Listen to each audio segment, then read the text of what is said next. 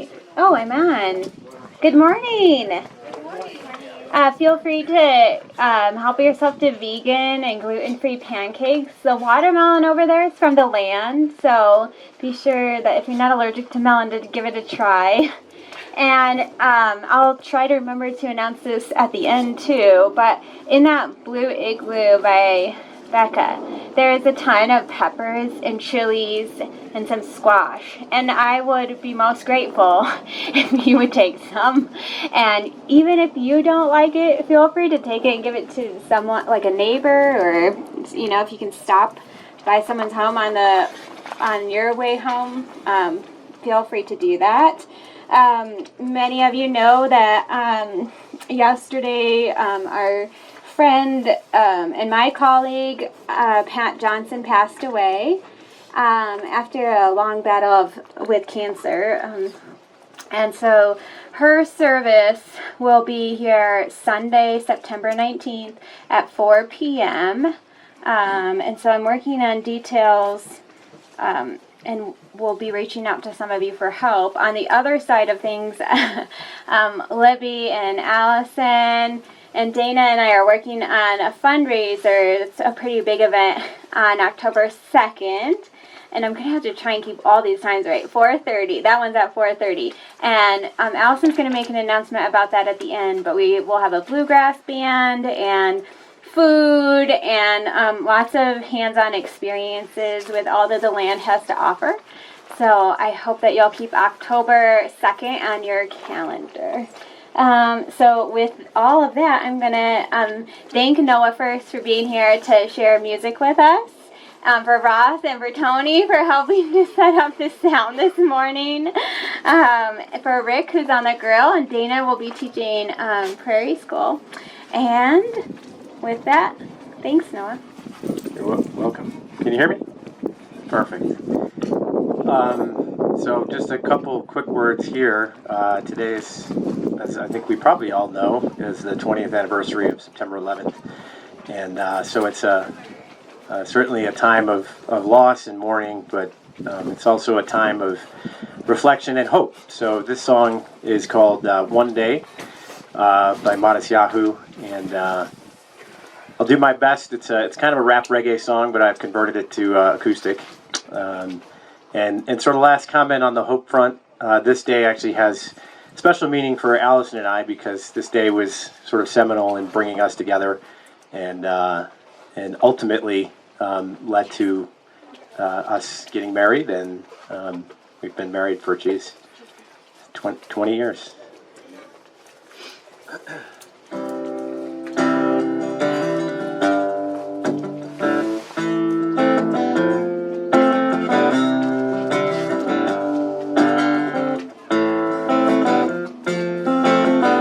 Sometimes I lay under the moon, I thank God I'm breathing, and then I pray, don't take me soon, 'cause I am here for a reason. Sometimes in my tears I drown, but I never let it get me down. When negativity surrounds, I know someday it'll all turn around, because all my life I'm waiting for, I'm praying for the people to say, hey, that we don't want to fight no more. There'll be no more wars, and our children will play. Hey, one day, one day, one day, oh, one day, one day, one day, oh. It's not about win or lose, 'cause we all lose when they feed upon the souls of the innocent. Blood-drenched pavement, keep on moving though the waters stay raging. In this maze you can lose your way. Your way might drive you crazy, but don't let it faze you no way. I said sometimes in my tears I drown, but I never let it get me down.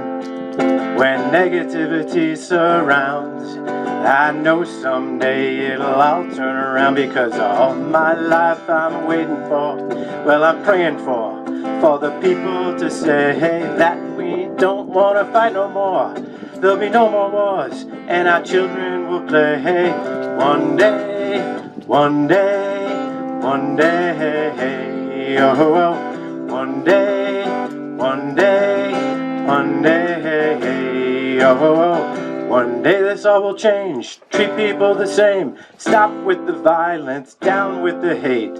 One day we'll all be free and proud to be under the same song, singing songs of freedom like why-yo, why-yo, why-yo, why-yo, all my life I'm waiting for, I'm praying for the people to say that we don't want to fight no more. There'll be no more wars, and our children will play. One day, one day, one day, oh, one day, one day, one day, oh.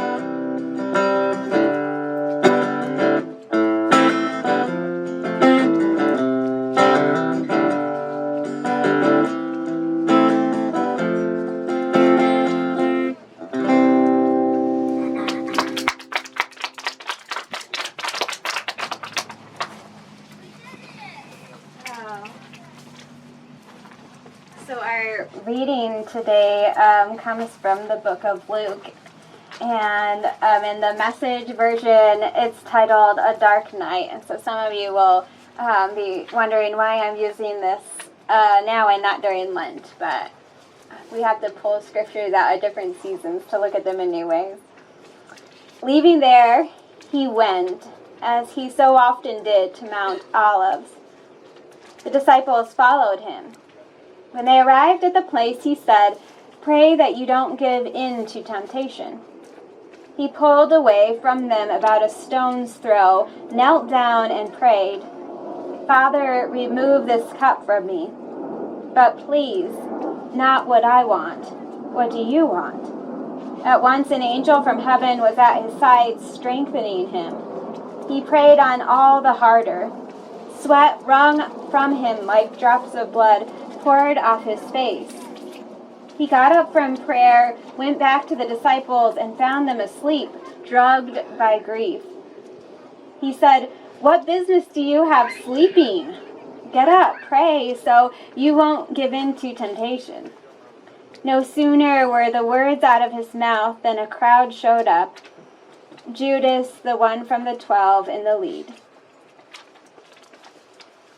I'm going to invite Mary Jane to lead us in our time of discussion, which you're welcome to participate in if you feel comfortable, and if not, you're also welcome to take some time in meditation, to walk the land, and to kind of use this time to feed your own soul. I'm going to give you this to hold. I'm going to stick that in your pocket.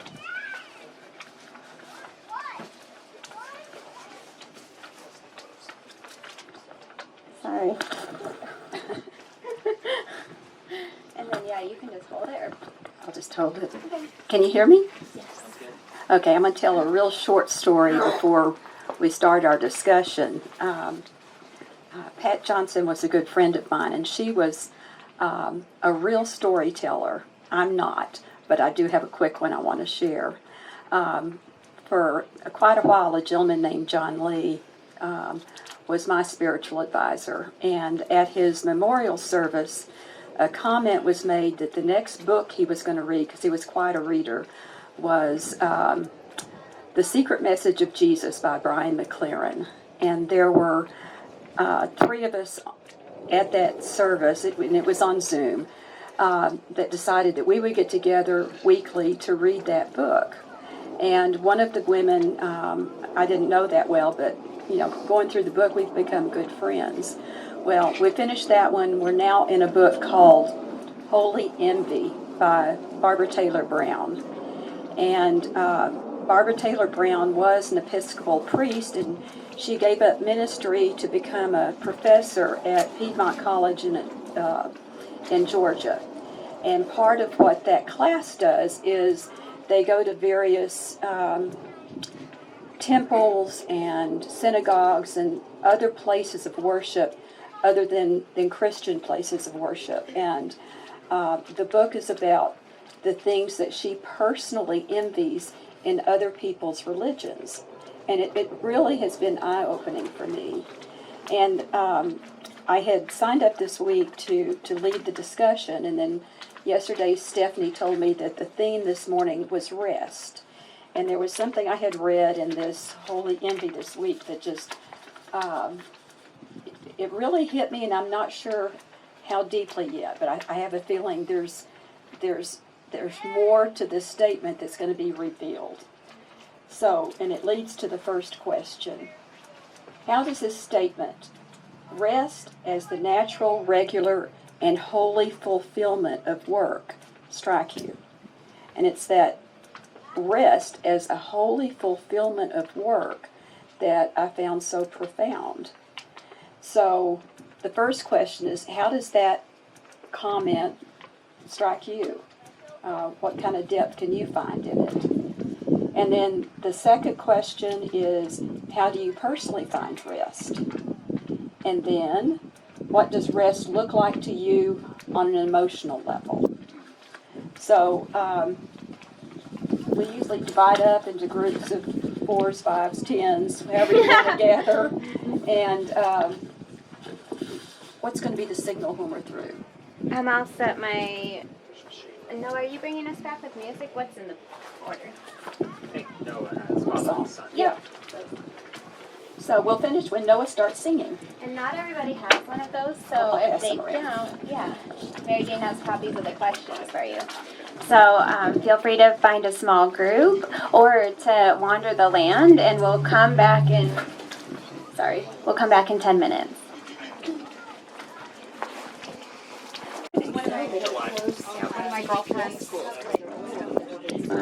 she was born like with less than 12 hours notice that her kids weren't going to school.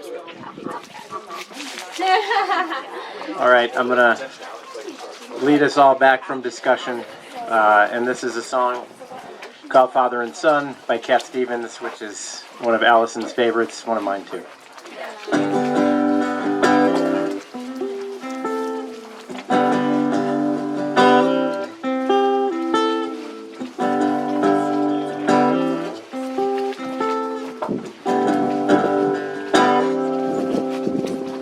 It's not time to make a change. Just relax and take it easy.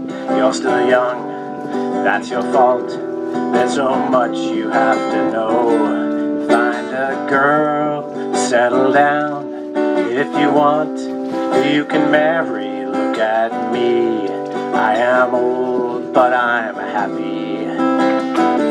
I was once like you are now, and I know that it's not easy to be calm when you found something going on. But take your time, think a lot. Why think of everything you've got, for you will still be here tomorrow, but your dreams may not.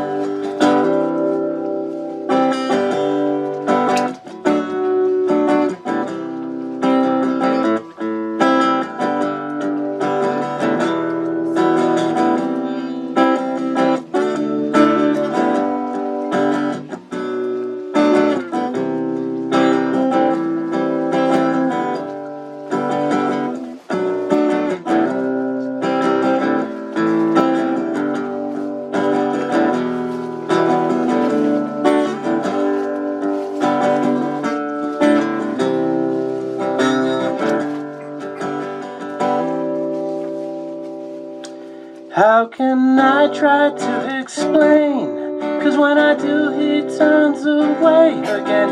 Well, it's always been the same old story. From the moment I could talk, I was ordered to listen. Now there's a way, and I know that I have to go away. I know I have to go.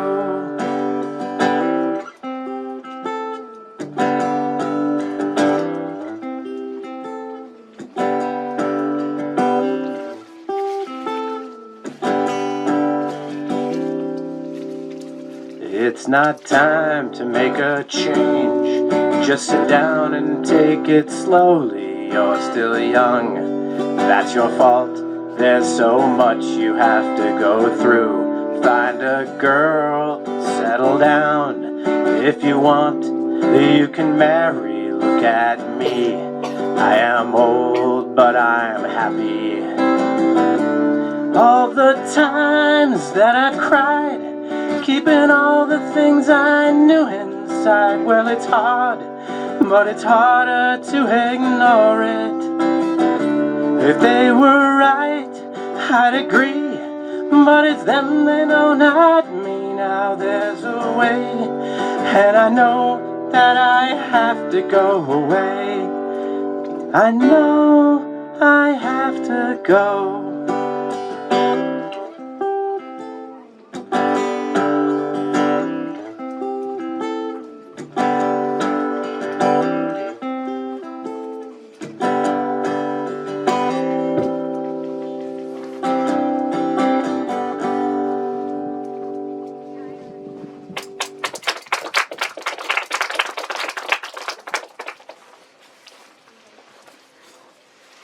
I had you play that after, because now I really feel so sad.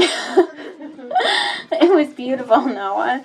I want to make sure that everyone's comfortable and in the shade, because we have this picnic table that we can definitely move so that everyone can stay cool. So the sun just kind of creeps. So let's just move this forward, and then if anybody wants to, thanks, Mary Jane. All right, and then you will not offend me at all if you start to roast. Oh, all right. No smoking people back there.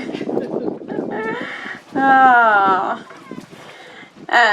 So this sermon that I wrote, and then kind of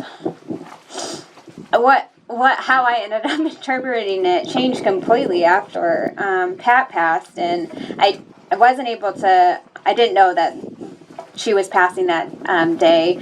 I knew that she was close for a long time. She held on for a long time. Mary Jane was with her for 10 hours the day she passed. The reason that I'm in ministry is for death and dying. Like, that's it. Like, all the other stuff is what it is. But there's just something about the presence of being with someone during that transition, and just being able not only to be with them, but then also with the family, and just to feel like you can hold that space. And I don't know what other pastors' experiences have been with death and dying, but I feel like there have been a lot of gut punches, like just some really big ones. And Pat is another one of those, because I've known Pat since I was ordained in 2007, and we served Church and Society Committee together, but where I think we really connected was I was really struggling at Hope. It's a hard church to be a pastor of. And I knew I was going to the land, and she pulled me aside in the hallway and she said, "I'll go with you." And just like knowing, like, we were polar opposites. She hated poetry. She was a talker. She was a storyteller. She was everything that I am not, and it was a perfect friendship. I didn't have to feel like I had to talk when I was around her. Like, I could say one thing and then she would change the subject and talk for like 20 minutes, which was exactly where I feel the most comfortable. And she just gifted our community with things when we first started that are a part of who we are now, the love for communion. But kind of the journey of, okay, here we go again. Like, we're such a small community, and I feel like we've had a lot of just big, hard losses. And the scripture today kind of, I hadn't thought about it in this term, and through this perspective until Pat transitioned into whatever our next blessing is. But how we have Jesus here, and Jesus knows that he's going to die. and which is unique, and he knows that it's not going to be a great death. And so he calls like his friends around, these people that he's been teaching and training, and he asks them for something. And I think it's kind of this mutual, like, he knows that he needs people to pray, to be awake with him, to rest in the reality of the situation with him. But I think that Jesus also knows that they're going to need it too. That when one person suffers and struggles, when one person transitions, in some ways we all transition with them. Like, life is never the same again. We also go through a certain cycle. And Jesus, I think, is kind of asking them, okay, there's work to be done, and I need you to rest with me, not fall asleep, but I need you to rest in this place of really uncomfortable unknowing. And they fall asleep. And when I was thinking about this for all week, I was like, ugh, like, that is so annoying. Like, can't they just do what he's asking them? And of course, it's like about like so much more than Jesus. But then yesterday, something changed, and I was like, You get a point. they're just doing the best they can. I win. Like, none of us know how we're going to handle death. And that extends to the people that love and care about the person that's dying. Like, I think it's easy to sit there and say, like, okay, well, this is my plan, or this is how I would act if this were my mother. But in reality, what the pattern is there's a huge element of helplessness, of just, like, not knowing how we're going to be when we get to that time. And my favorite story about that is actually one that I only learned about 2 weeks ago, but that's Elizabeth Kubler-Ross. Does anybody know her story? So she's like the queen, or was the queen, still kind of is, on Death and Dying. And if you know about the stages of grief, she's the inventor, the imaginer of those. And originally they were for people who were dying, like a way to approach, I'll just say death and dying with grace. Yeah. And on NPR, they were doing this story on her. She did not handle her death well in what she had talked about at all. Like, everything went out the window. And it was so liberating to know that, like, here's this person who, like, had thought of this whole process. I'm sure she had a plan for herself, and then as soon as she gets there, it goes, like, right out the window, and none of that happens. Like, she's gonna go out fighting. Fiona and I are watching Grace and Frankie right now, and I don't know if any of you have seen that show. Oh, geez. But their friendship is remarkable, first of all. But there's an episode where their friend Babe comes back into town, and she's older. I think she probably is in her 80s, and the cancer that she had has spread. There's nothing that she can do to treat it. And so she's decided that she's going to have a party, and then she's going to have her two closest friends help her pass. And the whole episode is a conversation around that. But at the end of the episode, after Babe has passed, Grace and Frankie come into the room, and there's these two gift bags there, and they're from Babe. And she had left them with these notes, and for Frankie, who's an artist, she had rented out an art studio so that she could have an art showing, because she had never done that before. And when I think about, okay, Elizabeth Kubler-Ross, and then Babe, who's a fictional character, obviously, but I would much more rather, like, think that I'll be the Babe, you know, like, that I will be the person who embraces death and plans ahead and gives life to the people in an intentional way after I am gone. And I think that that's probably what Jesus was trying to do. Because when I think about all of my experiences with death, most of them not the traditional experiences that we kind of have in our minds, but more tragic, heartbreaking stories, what I always find myself getting stuck in is, how will I die? Like, what will that be like for me? And it hurts, and it's scary, and so I think I'll be like Babe. And I'll get people around me that will be like Grace and Frankie. and we'll do this, and I'll have control, and it will be okay. But the story to me is like, that's just not the way it works. The disciples loved Jesus, but they were sad and they were overwhelmed and they didn't understand what was coming and they couldn't face it. And Jesus, I'm just going to go out on a limb and saying he was probably freaking out a little bit too. Like, stay up and pray with me. Like that adrenaline rush and then the exhaustion of just like fight, flight, or freeze. Right? Like the biggest thing that's ever going to happen to us in our whole lives is probably going to happen when we're not feeling great. Like, I don't get a good night's sleep, and like I can't make breakfast in the morning without throwing a tantrum, right? And then we're all standing in the kitchen together, exhausted, with all of these ingredients for a meal that we've like never made before, with no directions. And yeah, we're probably going to act in ways that we wouldn't have predicted, we wouldn't have planned. But in our story today, everyone stays together. They fall asleep, they argue, they cry out, but they never leave. They never abandon each other. They sit vigil for the night, and they're honest about what's happening, even though they wish that it wasn't. And I feel like that's the Jesus that we want to know.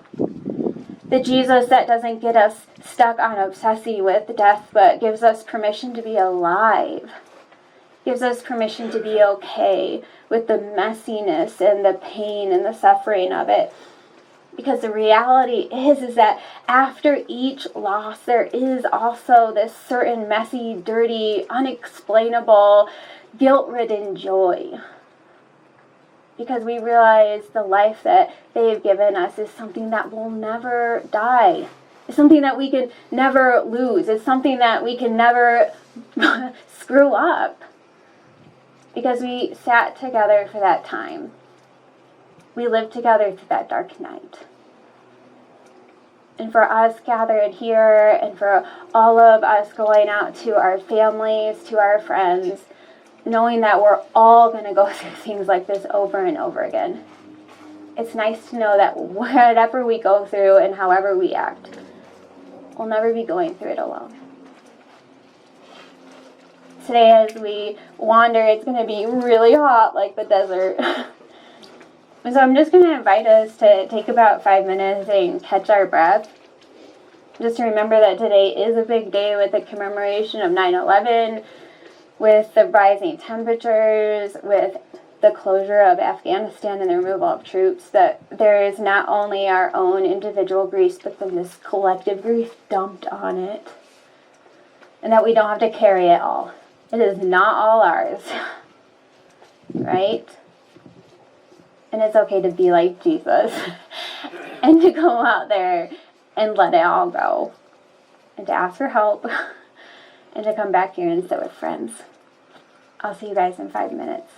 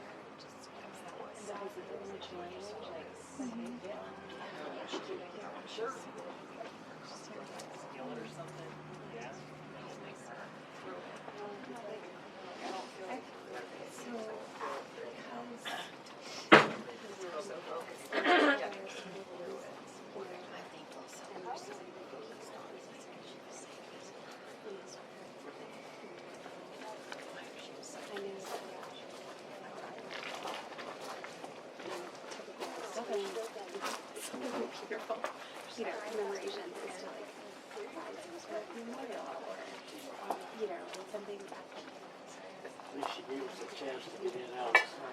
Yes. She's right. It's going to be a hot one today.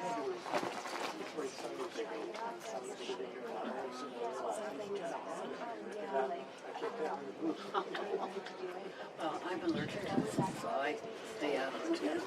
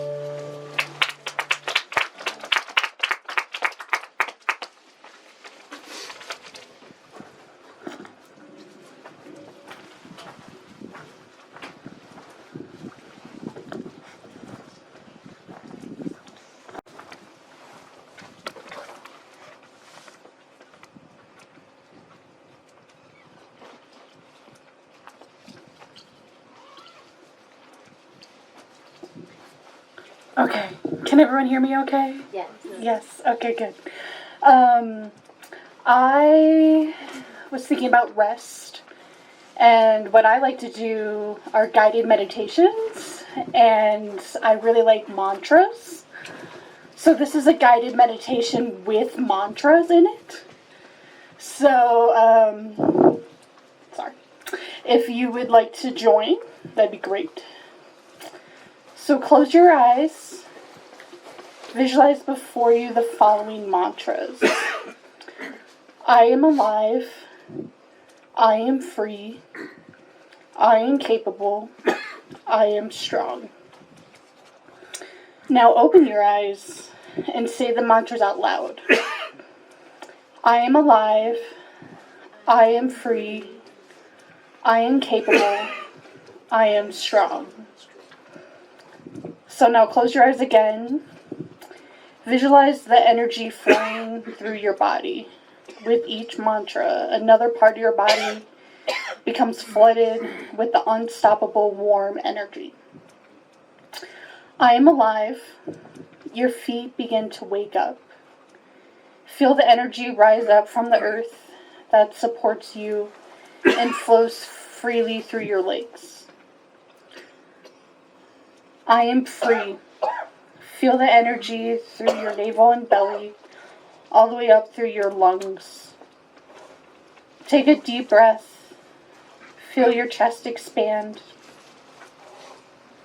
I am capable. The energy now flows through the joints of your shoulders and down your arms, past the elbows to the top of each finger. Close your hands into two strong fists. Then relax your fingers again.